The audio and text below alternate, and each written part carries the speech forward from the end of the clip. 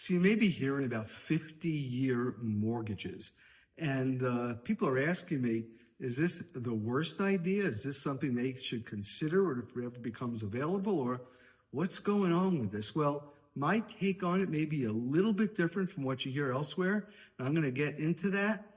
First, I'm going to introduce myself. I'm Ellis Posner, the virtual real estate broker. And if you're buying or selling a home in California, I can help you with that. All right, 50-year mortgages. You know, the gold standard for the decades I've been selling real estate has been the 30-year mortgage. The idea of a 30-year mortgage is you make the same payments every month for 30 years. And at the end of the 30 years, you own the home. Of course, no one, or I shouldn't say no one, but very few people these days ever stay in that house for 30 years. But even so, when you're making that payment every month, the amount you owe, the principal, goes down. Well, now when you go to a 50-year amortization schedule, you're paying a whole lot more interest.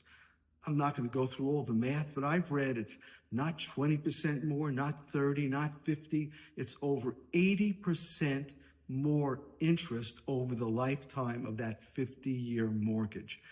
And what that means is you're probably never going to pay it off, to be honest about it.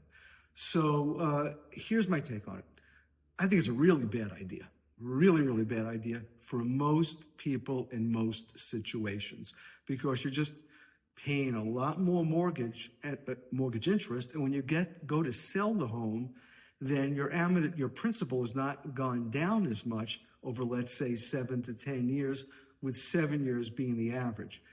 However, for some people who really just need something short term and they want lower payments, it might be preferable to something like an interest only.